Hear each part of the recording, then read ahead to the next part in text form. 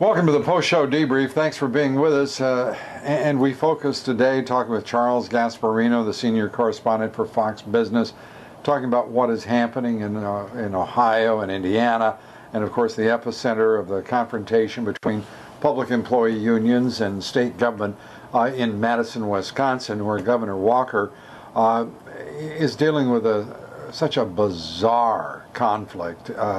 On the surface, a rational issue is presented. That is, a state simply can't afford to continue paying the benefits and the wages that it has to state employees. But beyond that, we're looking at a situation in which the Democratic senators of that state have actually run from Wisconsin and holed up in undisclosed locations to avoid a vote on the legislation that will make it unnecessary to lay off initially first 1,500 people, and then, if nothing happens, by July, another 5,000 to 6,000 state employees. This is a peculiar time in our history. And if you're watching the stock market have successive days of triple-digit declines, if you're watching Libya in the midst of a revolt against Muammar Gaddafi, who's controlled Libya for 40 years and who himself called for a rebellion by the Palestinians against the Israelis, this is becoming a mad world rather quickly. And President Obama siding with public employee unions against a state government. The President of the United States opposing a state government and lining up with a public employee union against that government.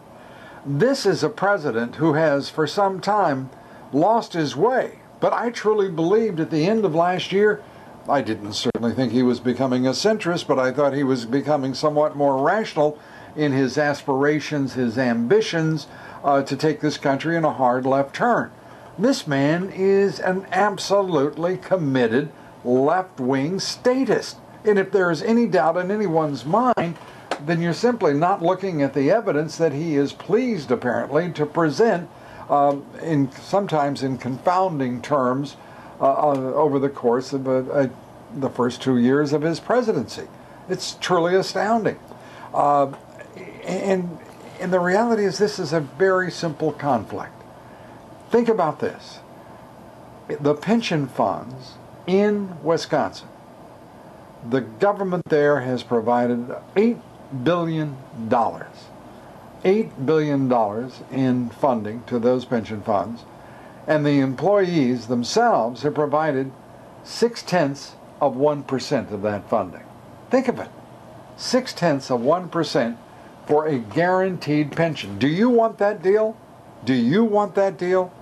And if you answered yes, well, then you're probably a private sector employee.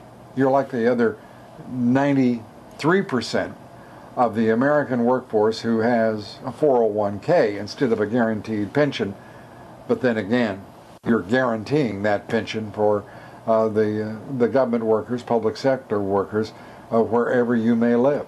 This is a confrontation that cannot be escaped. It's going to get worse before it gets better. So just prepare yourself for the tumult that is sure to follow. It is pretty clear that Governor Walker in Wisconsin, Governor Kasich in Ohio, and Governor Daniels in Indiana are not governors who are going to be easily intimidated by unions, public employee unions or otherwise, and that now the confrontation will move to a resolution. It has to. This country is simply broke. Thanks for being with us. Thanks for joining us for the Post-Show Debrief, and we'll see you next, as always, on the radio.